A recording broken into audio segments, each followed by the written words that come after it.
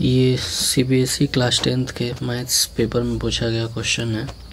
Question में दिया हुआ है the sum of first and eighth terms of an AP is 32 and their product is 60। Find the first term and the common difference of the AP and hence also find the sum of its 20th। देखो बच्चों, सबसे पहले हम लोग मान लेते हैं कि फर्स्ट टर्म ए है और कॉमन डिफरेंस डी है। Let the first term be A and common difference be D.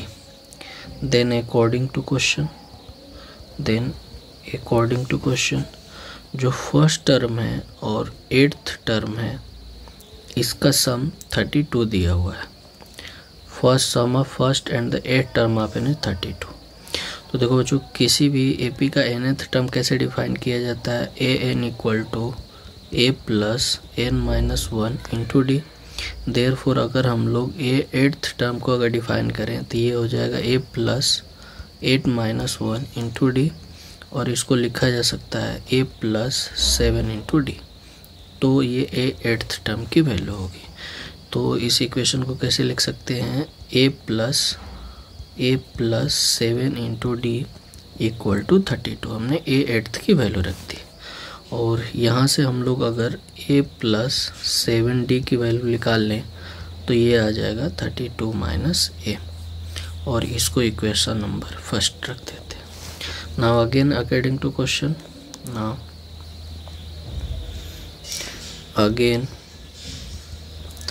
According to question क्या दिया हुआ है कि जो फर्स्ट टर्म है और एट्थ टर्म है उसका जो प्रोडक्ट है 60 है। It means a into a eighth equal to 60।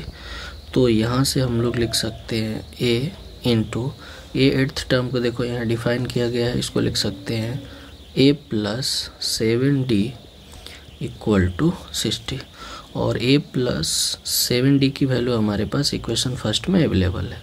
तो इस इक्वेशन को लिख सकते हैं a in bracket 32 minus a equal to 60। हमने कौन सा इक्वेशन यूज किया, यूजिंग इक्वेशन फर्स्ट। ठीक है, तो इसको कैसे लिखा जा सकता है, ये हो जाएगा 32a minus a square equal to 60। और इसी इक्वेशन को कैसे लिखा जा सकता है, ए स्क्वायर, मैं इसको इधर ट्रांसफ़र कर दे रहा हूँ, माइनस 32a प्लस 60, और जो इधर 0 लिखा हुआ था उसको इधर लिख दे रहे हैं। इस इक्वेशन को ऐसे लिखा जा सकता है।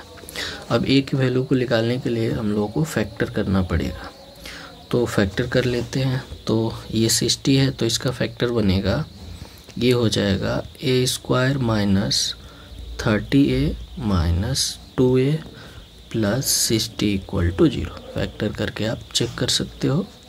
ये हो जाएगा 30, ये हो जाएगा 15, ये हो जाएगा 3 5 या 15, और ये हो जाएगा 1।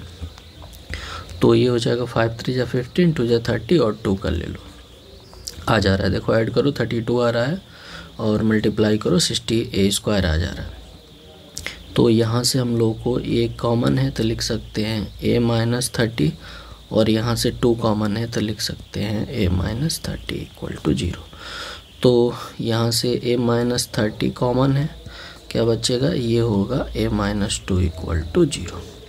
तो यहाँ से a माइनस 30 इक्वल टू 0 होगा, और a माइनस 2 इक्वल टू 0 होगा। तो एक तो वैल्यू a की मिलेगी 30, और r जो a की वैल्यू मिलेगी ये 2। तो a की 2 वैल्यू आई। तो देखो बच्चे, यहाँ पे 2 केस बनेंगे। तो अगर हम लोग इफ़ a इक्वल टू अगर 30 माने, देन हम लोग a की वैल्यू ले जाके इक्वेशन नंबर फर्स्ट में रख देते हैं। देयरफॉर यूजिंग इक्वेशन फर्स्ट क्या हो जाएगा, a की वैल्यू रखो, इक्वेशन फर्स्ट दिया हुआ है a plus 7d equal to 32 minus a की वैल्यू रख देते हैं, ये 30 प्लस, और ये हो जाएगा 7D equal to 32 minus a की वैल्यू 30 दिया है। 30 को ट्रांसफ़र करो राइट हैंड साइड, तो ये हो जाएगा 7D equal to 32 minus 30 minus 30, तो ये हो जाएगा 32,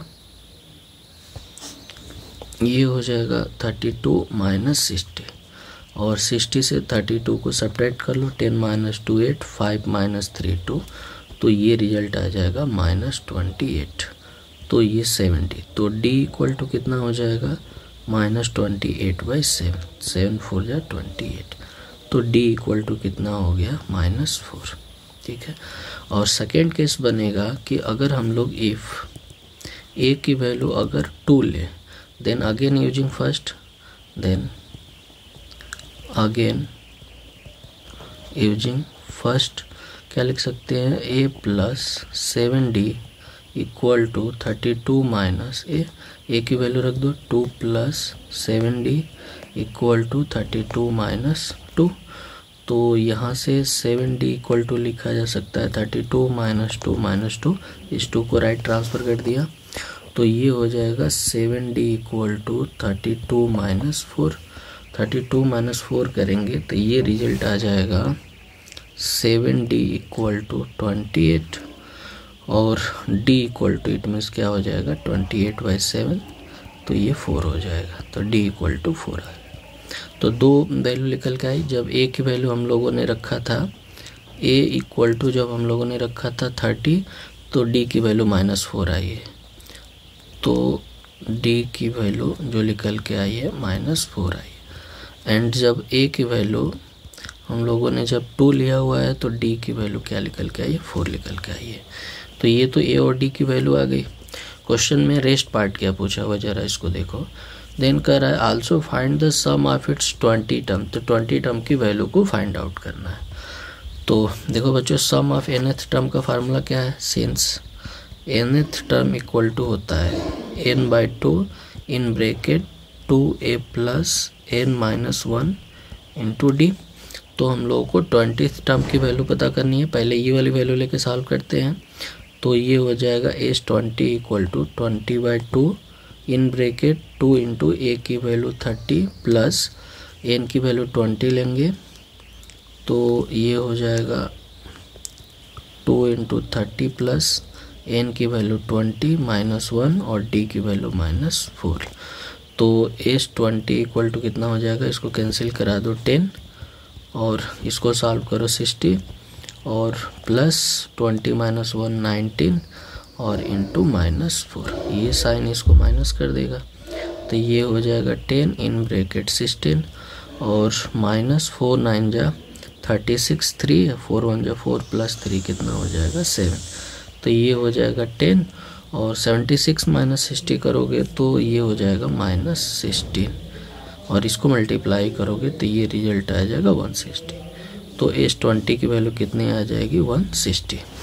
और अगर हम लोग ये वाला इंफॉर्मेशन लेते हैं, if A equal to 2 and D equal to 4, if A equal to 2 and D equal to 4 लेते हैं, तो S20 टर्म की वैल्यू क्या आ जाएगी, ये हो जाएगा 20/2 in bracket 2 into 2 plus 20 -1 into D।